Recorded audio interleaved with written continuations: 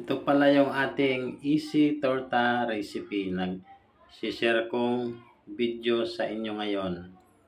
Yan, kita nyo naman, napakaganda. Basta mga ka-bakers, magandang hapon. Katapos lang natin gumawa.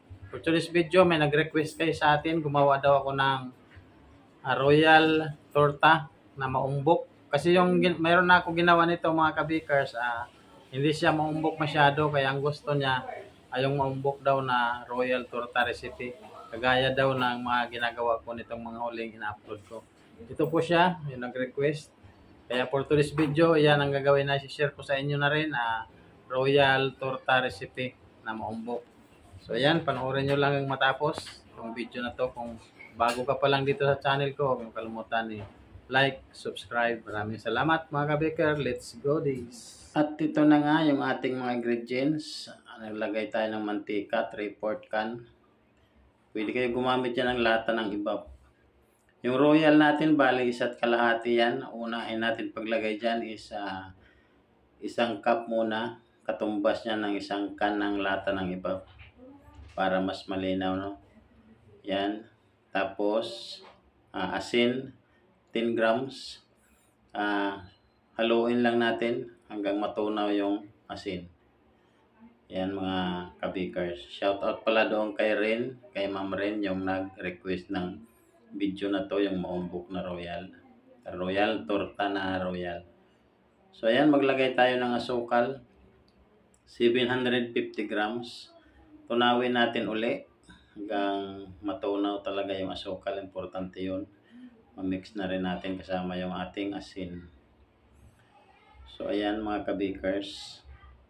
Nagpalit na nga ako ng pang-mix. Ito na ating itlog, 6. Kapag natunaw na yung asukal, siguraduhin natunaw na yung itlog naman. Yan, 6 na piraso. I-mix lang natin dyan. So, ganun lang siya ka-basic. Pero napakaganda yung kanyang mamon. Bali, special torta na din to siya mga ka-bakers, no? So, ito yung ating all-purpose flour, 1 kilo. Naglagay ako ng baking powder, 50 grams. Tapos, maglalagay din ako ng dry yeast, 15 grams. I-mix lang natin. Yan, i-mix lang natin siya mabuti para mag-combine yung ating mga ingredients. Pagkatapos, salain natin para walang mga buo-buo. Para pag naghalo tayo, madali lang. Ayan, ganyan lang siya. Patuloy lang natin pag halo. Ayan, halo lang natin. Salain lang natin para mawala yung mga buo-buo. Hindi talaga maiwasan may mga buo-buo. Tapos, haluin na natin. Yan. Kapag nahalo na, ilagay na natin yung ating kalahati pang royal.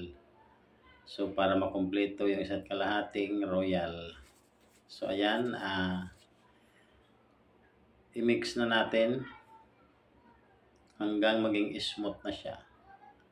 Ayan. Pag naging smooth na siya, ilipat na natin siya sa ating lanera.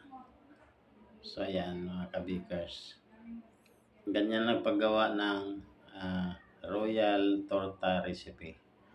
So, meron na tayo mga nang-upload dyan ng mga recipe ng torta. Bali, ito ay iba naman. Royal naman siya. Ayan. Bali, yung cup na yan is 1/4 cup yan. Bali, 2 cup ang ilalagay ko dyan. Ayan, bawat isang lanera, 2 cup ang ilalagay natin. Pag nalagay na lahat, ayan, ganyanan lang natin dyan, pa-cross sa taas ng ating torta. Makakatulong yun para sa pagbiak. So, habang naggagawa pala tayo kanina, ay nagpainit na tayo ng ating oven. So, ayan. Yan na siya. At ito na ang ating oven. Bali, ang init ng oven na yan ay nasa 380 Celsius. At sasalang natin siya na sa baba. Pagkatapos, after 5 minutes nito, pagsalang natin, babalikan natin siya at papahinaan natin ng apoy. Pwede rin patayin. Kung magandang klase ng oven nyo, pwede nang patayin. Itong oven kasi medyo may pagkahina na yung kanyang apoy kasi Ang tagal na kasi nito. Dito rin kasi ako nag-umpisa nito talagang matuto sa oven na to. Siguro mga almost 15 years na to siya. So ayan. So ayan, after 5 minutes, yan, hindi yan ang apoy pinakita natin dyan kung gaano siya kalakas. Ganyan siya kalakas. Yan ito, pinahinaan ko na after 5 minutes. Nakita nyo, humina siya. Tapos, binalik ko konti. Yan, pero pinahinaan ko na talaga yan siya. After 10 minutes, ayan na siya. Finished product na loto na. Ganun siya kaumbok, mga ka-bakers. No?